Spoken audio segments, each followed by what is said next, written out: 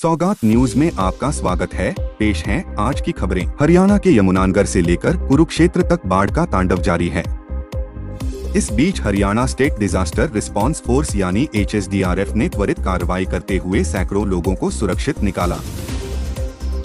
कुरुक्षेत्र में 125 से ज्यादा लोगों को बचाया गया। वहीं यमुनानगर के कमलपुर टापू गांव में SDRF टीम ने नदी का कटाव रोककर बड़ा नुकसान होने से टाल दिया। फरीदाबाद, झज्जर, अंबाला और बहादुरगढ़ जैसे जिलों में भी राहत और बचाव अभियान चलाए गए। प्रभावित लोगों को सुरक्षित स्थानों पर पहुंचाने के साथ ही भोजन, पानी और चिकित्सा की व्यवस्था की गई। बच्चों और बुजुर्गों को प्राथमिकता देते हुए SDRF ने साहस और टीम वर्क का परिचय दिया। सरकार और स्थानीय प्रशासन के सहयोग से जनहानि टल गई। लोगों में SDRF की त्वरित कार्रवाई से भरोसा और राहत की भावना है। थानेसर से कांग्रेस विधायक अशोक अरोड़ा ने पंजाब और हरियाणा सरकारों पर सवाल खड़े किए हैं। अरोड़ा का कहना है कि हरियाणा के लोग तो बाढ़ प्रभावित पंजाब की हर संभव मदद कर रहे हैं, लेकिन पंजाब के मुख्यमंत्री भगवंत मान इस मुद्दे पर राजनीति कर रहे हैं। अरोड़ा ने मांग की है कि हरियाणा सरकार फसल नुकसान की विशेष गिरदावरी कराए और किसानों को 60,000 रुपए प्रति एकड़ मुआवजा दे। साथ ही जानमाल के नुकसान की भरपाई के लिए भी विशेष आर्थिक सहायता दी जाए। उन्होंने आरोप लगाया कि मानसून से पहले सरकार ने बैठकों तो जरूर की, लेकिन जमीनी तैयारी नहीं की। इसी वजह से फसलों को भारी नुकसान उठाना पड़ा है। सतलोक आश्रम के विवादित प्रमुख रामपाल को पंजाब और हरियाणा हाई कोर्ट से राहत मिली है। 2014 में आश्रम में हुई कई मौतों के मामले में रामपाल को जो उम्र कैद की सजा सुनाई गई थी, उस पर हाई कोर्ट ने रोक लगा दी है। रामपाल पिछले 10 साल से जेल में बंद है। हालांकि देशद्रोह के मामले में ट्रायल अभी भी चल रहा है, इसलिए फिलहाल उसे जेल से बाहर आने के लिए इंतजार करना होगा। गौरतलब है कि पिछले हफ्ते भी हाई कोर्ट ने आश्रम में एक महिला की मौत के मामले में रामपाल की उम्र कैद की सजा पर रोक लगाई थी। अब तक हत्या के 2 मामलों में ट्रायल कोर्ट की सजा हाई कोर्ट ने निलंबित कर दी है। इस तरह रामपाल को एक के बाद एक बड़ी कानूनी राहत मिल रही है। अंबाला कैंट रेलवे स्टेशन पर RPF ने ट्रेन से एक नाबालिग लड़की को सुरक्षित अपने संरक्षण में लिया। लड़की बिना टिकट यात्रा कर रही थी और पूछताछ में पता चला कि वह घर से भागी थी और दिल्ली जाना चाहती थी। RPF ने तुरंत मामले की जानकारी जिला युवा विकास संगठन को दी। संगठन की टीम ने लड़की का मेडिकल कराया और आगे की कार्रवाई शुरू कर दी है। जानकारी के मुताबिक लड़की मूल रूप से बिहार के भागलपुर की रहने वाली है और इस समय लुधियाना में रहती थी। परिवार से संपर्क भी किया गया है। यह कार्रवाई RPF के ऑपरेशन नन्हे फरिश्ते के तहत की गई, जिसका मकसद नाबालिग बच्चों को सुरक्षित घर पहुंचाना है। हरियाणा विद्यालय शिक्षा बोर्ड की 10वीं और 12वीं की पूरक परीक्षाएं 25 सितंबर से शुरू होंगी। ये परीक्षाएं 18 अक्टूबर तक चलेंगी। बोर्ड ने परीक्षा का पूरा कार्यक्रम अपनी आधिकारिक वेबसाइट bsch.org.in पर जारी कर दिया है। 10वीं की परीक्षाएं 3 अक्टूबर तक होंगी, जबकि 12वीं की परीक्षाएं 18 अक्टूबर तक चलेंगी। सभी परीक्षाएं दोपहर 2 बजे से शाम 5 बजे तक आयोजित की जाएंगी। छात्रों को सलाह है कि वे समय पर अपना एडमिट कार्ड बोर्ड की वेबसाइट से डाउनलोड कर लें। बोर्ड का कहना है कि परीक्षाओं की सभी तैयारियां पूरी कर ली गई हैं और छात्रों की सुविधा के लिए खास इंतजाम किए जा रहे हैं। हरियाणा के भिवानी जिले के कलिंगा गांव में अल सुबह बड़ा हादसा हुआ। एक जर्जर मकान की छत गिरने से सोते हुए मजदूर परिवार पर मलबा आ गिरा।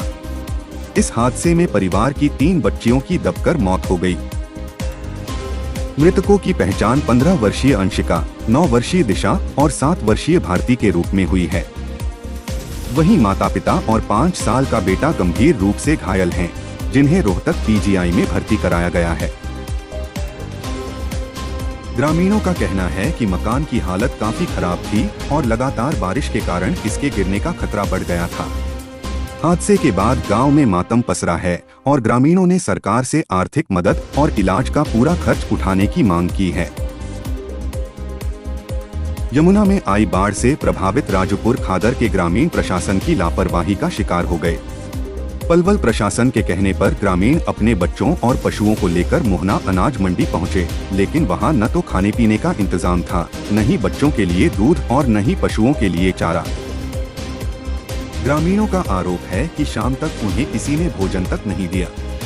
कई लोग भूखे प्यासे बैठे रहे और बच्चों को संभालना मुश्किल हो गया। फरीदाबाद प्रशासन ने भी इस ओर कोई ध्यान नहीं दिया। हालांकि पलवल के उपायुक्त का कहना है कि मंडी में भोजन और चारे की पूरी व्यवस्था कराई गई है और अधिकारियों की ड्यूटी भी लगाई गई है, लेकिन हकीकत में पीड़ित परिवार भूखे और परेशान नजर आए। अमेरिका द्वारा टैरिफ बढ़ाने के बाद इंडिया पोस्ट ने अमेरिका जाने वाली डाक सेवाओं पर अस्थायी रोक लगा दी है।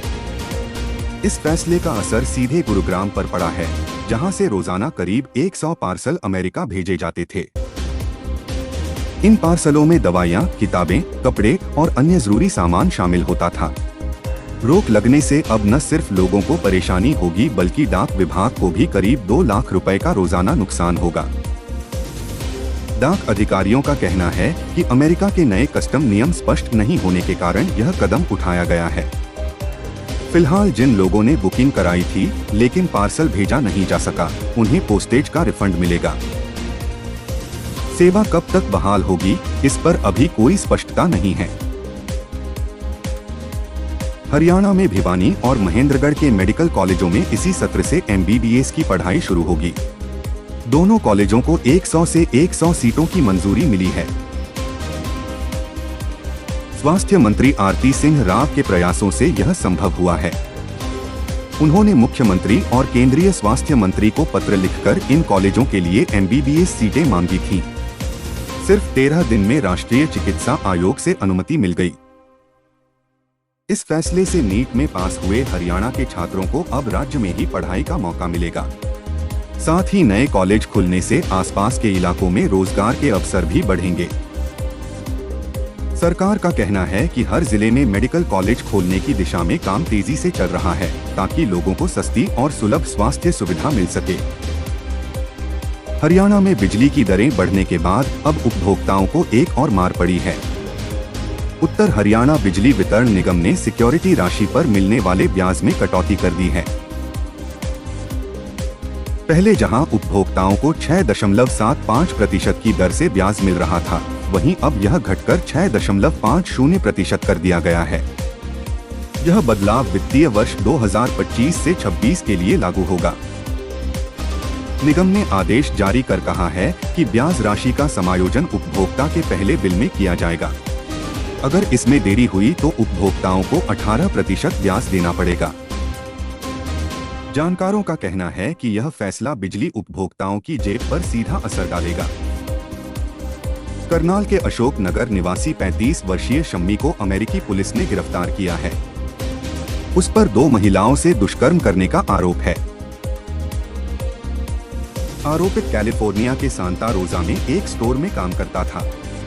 वहीं आने वाली महिलाओं से दोस्ती कर वह उन्हें अपनी कार में ले जाता और दुष्कर्म करता था। पुलिस ने बताया कि जनवरी और फरवरी में पीड़िताओं की शिकायत के बाद यह मामला सामने आया। गिरफ्तारी के बाद आरोपित को कोर्ट में पेश कर जेल भेज दिया गया है। सांता रोजा पुलिस ने आरोपी की तस्वीर और जानकारी भी सार्वजनिक की है, ताकि अन्य महिलाएं सावधान रहें और कोई और पीड़िता सामने आ सके। जानकारी के अनुसार शम्मी 2022 में अमेरिका गया था और वहीं उसकी शादी हुई थी। उसकी एक बेटी भी है। फिलहाल पुलिस मामले की गहराई से जांच कर रही है। करनाल के ब्रास गांव से एक शर्मनाक तस्वीर सामने आई है। यहां श्मशान घाट पर शेड न होने की वजह से ग्रामीणों को बारिश में तिरपाल पकड़कर अंतिम संस्कार करना पड़ा। मामले की जानकारी मिलते ही बीडीपीओ ने सरपंच को फटकार लगाई और जल्द शेड निर्माण का आश्वासन दिया। ग्रामीणों का कहना है कि करोड़ों की ग्रांट जारी होने के बावजूद श्मशान घाट में मूलभूत सुविधाएं नहीं हैं। लोगों का आरोप है कि पंचायत ने सालों से श्मशान घाट की अनदेखी की है। अब प्रशासन ने भरोसा दिलाया है कि जल्द शेड, कमरा और जरूरी सुविधाएं उपलब्ध करवाई जाएंगी। महेंद्रगढ़ में किसानों को डीएपी खाद के लिए लंबी कतारों में खड़ा होना पड़ रहा है। बारिश के बावजूद किसान लाइन में लगे रहे, जबकि उनकी बाजरा और कपास की फसलें पहले ही खराब हो चुकी हैं। किसानों का कहना है कि सरसों की बिजाई के लिए अभी समय है, लेकिन समय पर खाद न मिलने से उन्हें दिक्कत झेलनी पड़ रही है। कई किसानों ने शिकायत की कि पिछले 3 साल से जरूरत के वक्त उन्हें लाइन में लगना पड़ता है, चाहे डीएपी हो या यूरिया। फिर अधिकारियों का कहना है कि अभी 300 बैग डीएपी किसानों को बांटे गए हैं, लेकिन 30,000 बैग की मांग सरकार तक भेज दी गई है। किसान उम्मीद कर रहे हैं कि जल्द ही पर्याप्त खाद उपलब्ध हो सके, ताकि रबी सीजन की तैयारी प्रभावित न हो। रेवाड़ी जिला उपभोक्ता आयोग ने 2023 के झूला हादसे में मृतक महिला के परिवार को 24 लाख रुपए मुआवजा देने का आदेश दिया है। हादसे में महिला की मौत हुई थी, जबकि उनकी बच्ची और भतीजी गंभीर रूप से घायल हो गई थीं। आयोग ने घायल बच्ची के परिवार को 2.75 लाख रुपए और शिकायतकर्ता को 1.12 लाख रुपए देने का भी निर्देश दिया है। ये हादसा बावल रोड स्थित हुडा मैदान में लगे मेले के दौरान हुआ था, जब करीब 40 फीट ऊंचाई से झूले की ट्रॉली गिर गई थी। जांच में मेला आयोजकों को दोषी पाया गया। आयोग ने साफ कहा है कि मुआवजा मृतक के वारिसों में बांटा जाएगा और नाबालिग बच्चों का हिस्सा बैंक खातों में एफडी के रूप में जमा होगा। इस फैसले को पीड़ित परिवार को बड़ी राहत माना जा रहा है। रोहतक की फैमिली कोर्ट ने नेवी के एक जवान को आदेश दिया है कि वह अपनी तलाकशुदा पत्नी को 30 लाख रुपए आजीवन भत्ते के रूप में दे। महिला ने पति और ससुराल वालों पर दहेज की मांग और प्रताड़ना के आरोप लगाए थे। इसके बाद उसने तलाक और भरण पोषण का मुकदमा दायर किया। कोर्ट ने महिला के पक्ष में फैसला सुनाते हुए कहा कि यह घरेलू हिंसा से पीड़ित महिलाओं के लिए एक मिसाल है। महिला के वकील ने भी इसे ऐतिहासिक बताते हुए कहा कि जिला स्तर पर इतनी बड़ी राशि का एकमुश्त भत्ता देने का फैसला बेहद दुर्लभ है। आज के समाचार में बस इतना ही। देखते रहें सौगात न्यूज।